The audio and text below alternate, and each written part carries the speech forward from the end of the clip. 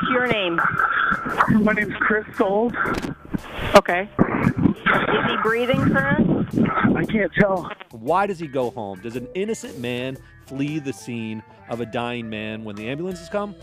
This is not a man fleeing in a white Bronco towards Mexico, right? This is a man who went a few miles away to his home. And by the way, it's a very small Iowa town. Everybody in this town knows exactly who Chris Souls is and exactly where he lives.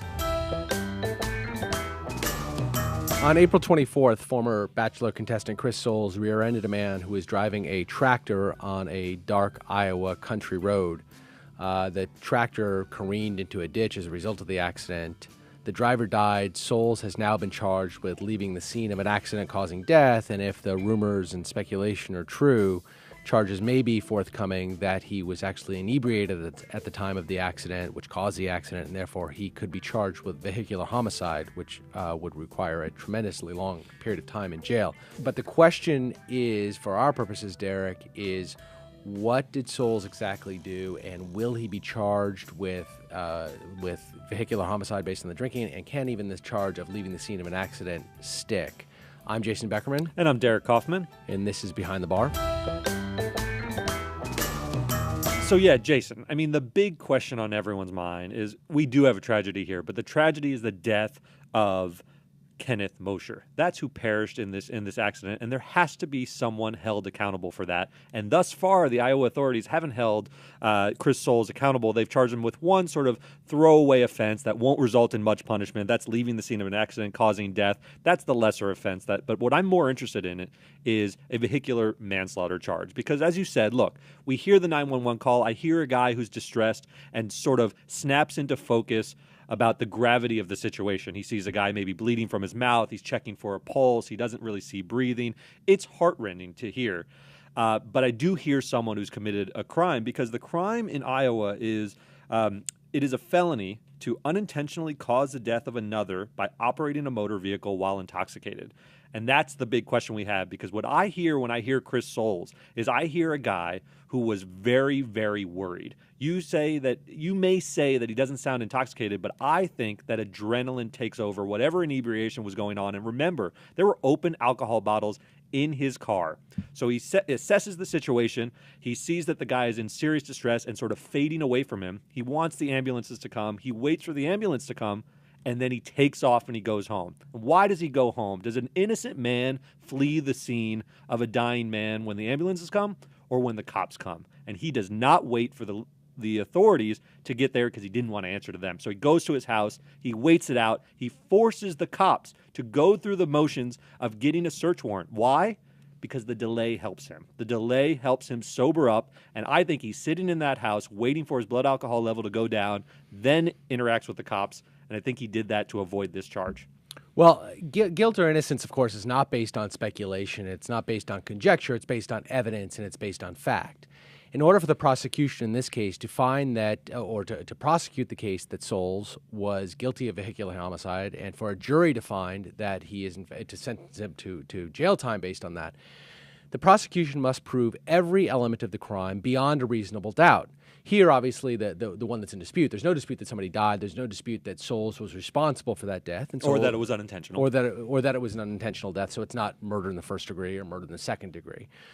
So the charge that's available there would be vehicular homicide. But the real question is whether or not he was in fact drunk, had been drinking in the immediately before the accident, and whether or not the man died as a result of Souls having consumed alcohol and was inebriated therefrom. Here are the facts, as we know, that I think point in a contrary direction to sort of against to what you were saying and against Souls' guilt. Number one, he called 911 immediately after the accident.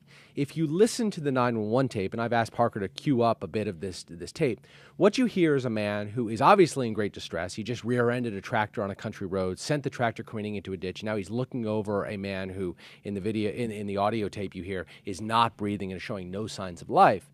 He's obviously distressed, as we all would be, but he doesn't sound the least bit drunk. He's not slurring his words. He is clear, he is concise with his answers, and he's very forthcoming to the 911 operator. Take a listen. I rear-ended a guy on a tractor.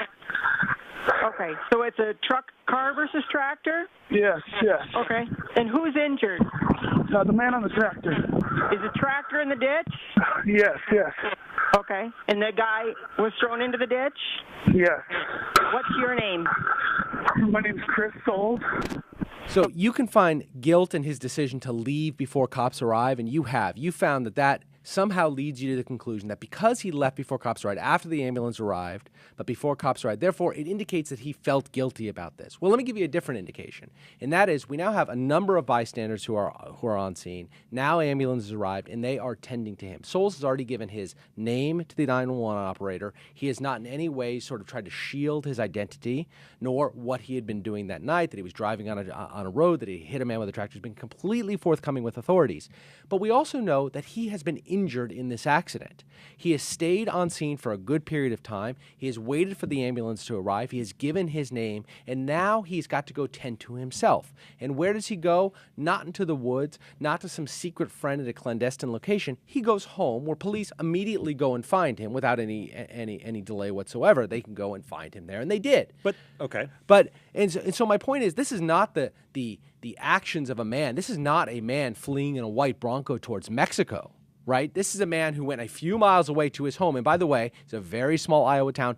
Everybody in this town knows exactly who Chris Souls is and exactly where he lives. And they go and they find him there, where he went to his family to get help.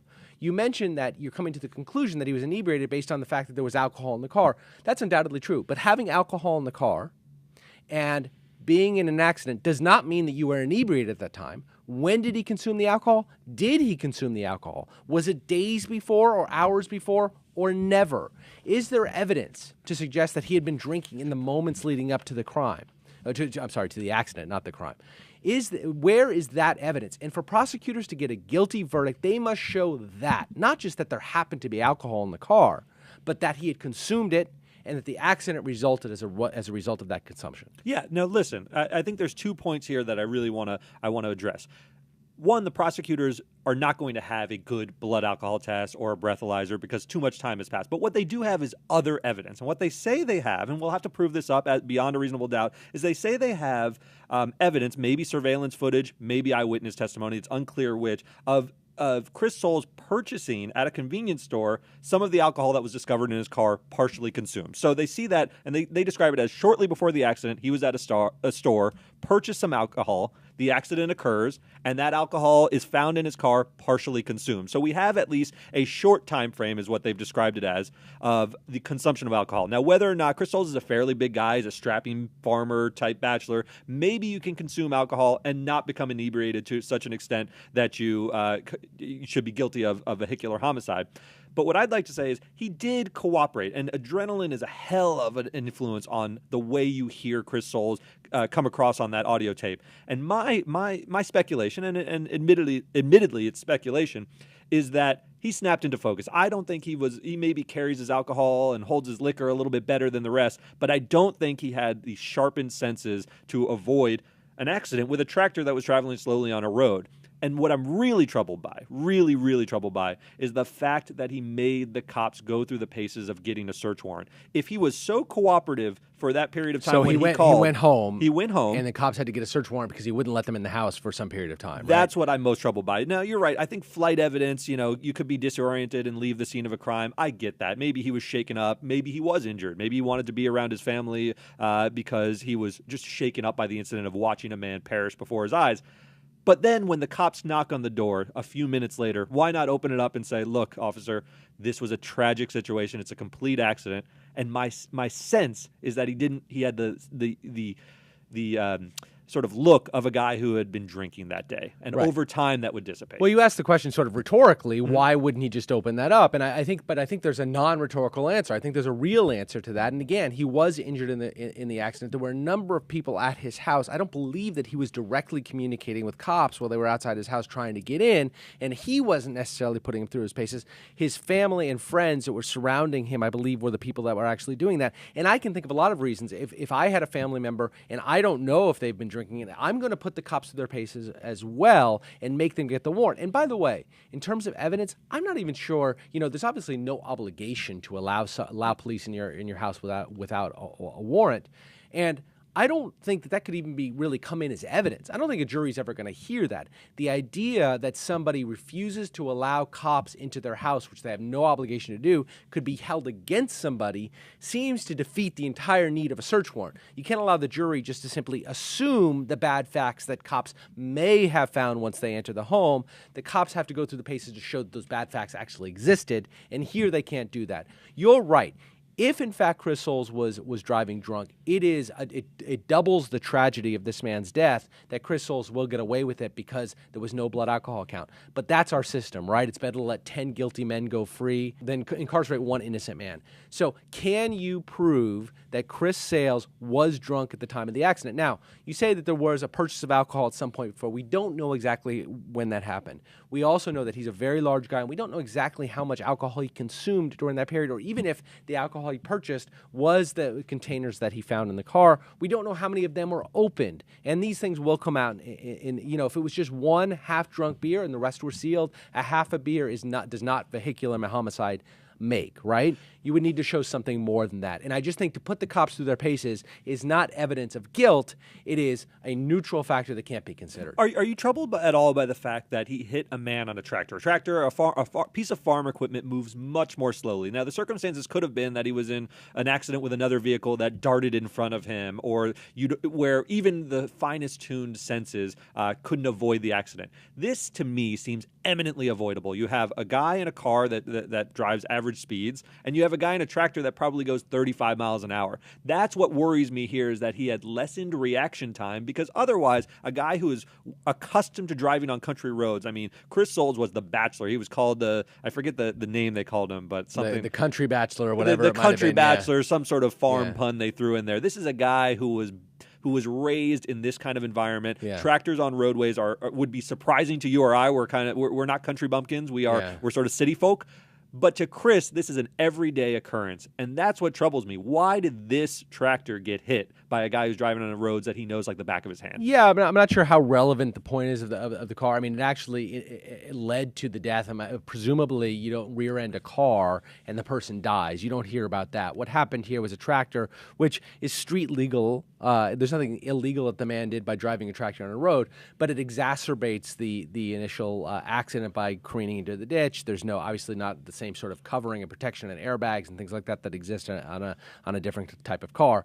But there is the point the police have made that the reflectors on the back of the tractor were not necessarily in working order. So it's quite logical. It was a dark night. It was Iowa farms. The dark of the country is very different than the dark of the city, right? So you're driving down a dark country lane, and all of a sudden there's a tractor right in front of you that does not have its reflectors on because they're not working. I think it's a jump to say, well, therefore he should have seen it, but because of inebriation or some sort of restricted reflexes, he didn't see it. I think that's just a leap too far in terms of finding, that would lead to finding a guilty finding. Is it also possible that your defense of Chris Soules, I take it, comes largely from the biggest piece of evidence we have is this 911 call and what you're reading from it? And I'd like to say that he possibly had maybe mixed motives. I will grant you that he seems to be altruistic in the moment or genuinely compassionate about the guy, but doesn't that just obscure the fact that his selfish motives then kicked in when that phone hung up and he left the scene?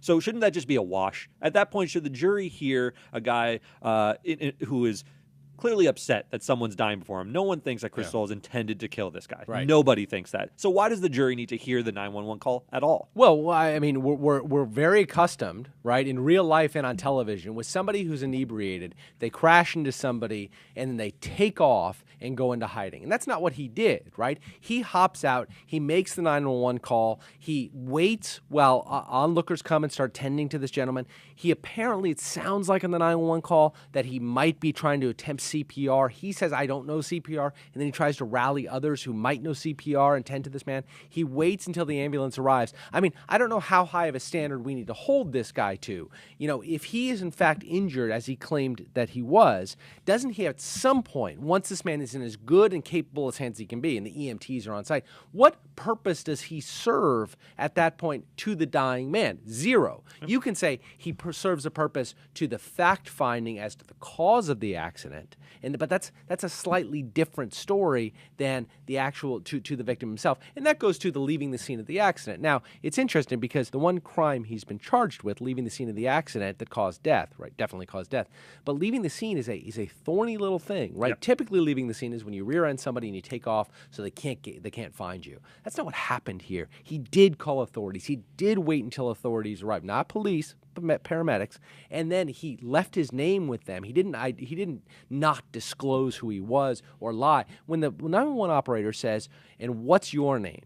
He doesn't say, "My name is John Doe." He doesn't even say, "My name is Chris." He says, "My name is Chris Soules." And again, in this town, that's as good as fully disclosing exactly who you are because, again, everybody in this town knows who he is. So I think, on balance, those factors cut in his favor, not against him and not neutral. Look, I would agree that he is far from the most callous individual in the sort of paradigmatic example of a guy fleeing the scene who clearly feels he did something wrong. But the letter of the law that he's facing, at least on this leaving the scene of an accident, is that you're only allowed to leave for very, very small reasons. One of those is to contact law enforcement. He contacted law enforcement. He called 911. From the scene, right. But you are obligated to return to the scene. And the reason that the law is written that way, and I would grant you the spirit of the law is render the necessary assistance and don't try to obfuscate who you are. But the letter of the law says you got to return. You have to return to the scene because the fact-finding investigation is so important. So I do think you can impute some bad motives there when the person doesn't return to the scene. Now, I would, I'd like to see the extent of his injury. Maybe he was genuinely bleeding out and he needed to be tended to, but he went home. He didn't go to a hospital. So his injuries couldn't have been so severe.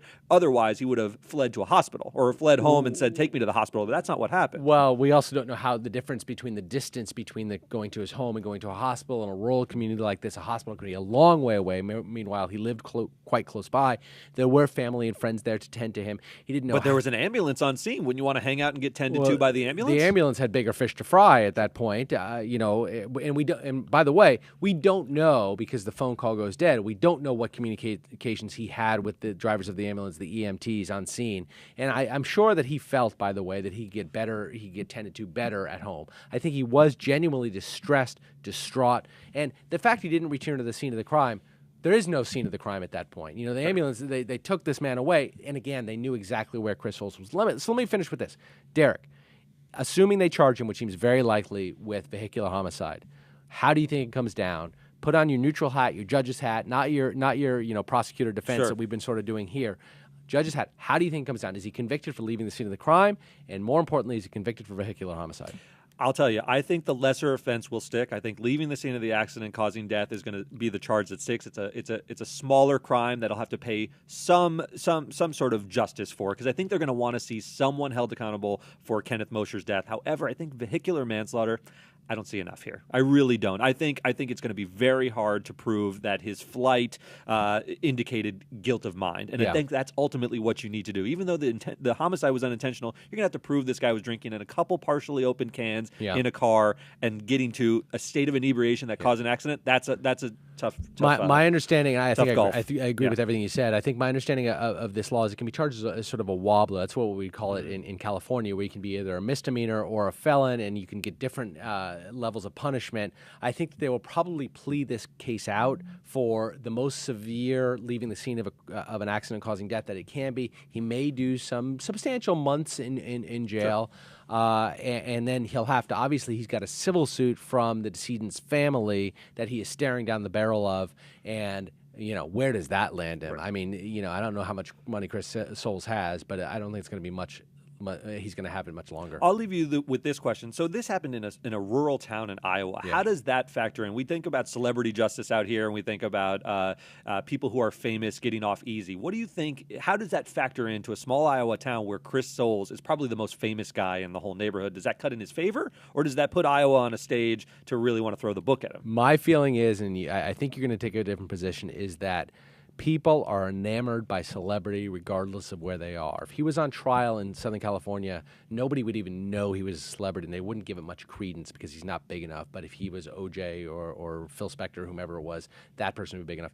He is the Phil Spector or OJ of Iowa, of this town in Iowa. I don't want to diminish Iowa. It's a No, great but it's a state, smaller town It's than a smaller Los state Angeles. without many celebrities. Yeah. And I think that people are going to be enamored with celebrities, and I think any way you cut it, no matter where you're from or who you are, you tend to defer to the idolatry of celebrity. You thought I disagree with you. I agree with you completely. Oh, I really? think he's the proverbial big fish in a small pond. I think anyone on that jury is going to be gaga over this strapping young man who once went out to Hollywood and went on the big screen, went on the small screen for a season of The Bachelor. I think this guy is going to be someone that people want to draw every conclusion in favor of. I'd actually like to say I think the opposite. I think it'll work against him.